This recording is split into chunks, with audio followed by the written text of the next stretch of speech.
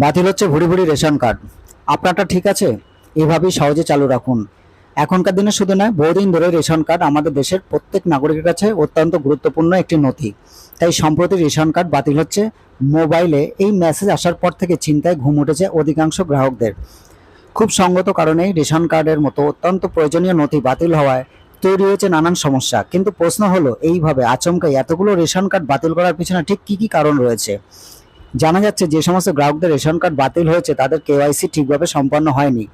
এই কারণে তাদের ওই সমস্ত গ্রাহকদের রেশন কার্ড ব্লক করে দেওয়া হয়েছে। সূত্রের খবর, খাদ্যমন্ত্রী হিসেবে রথীন ঘোষ দায়িত্ব নেওয়ার পর 2021 সাল থেকে এখনো পর্যন্ত একের পর এক মোট বাতিল হয়েছে 1,66,00,000 ration card.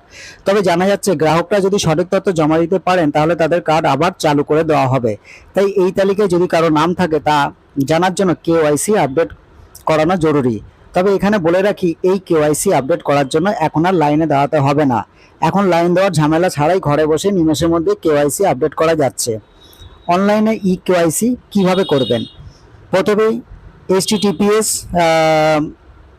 Dot oblique food dot wb.gov.in এর লিঙ্কে ক্লিক করে খুলে নিতে হবে পশ্চিমবঙ্গ সরকারের খাদ্য দপ্তরের ওয়েবসাইট।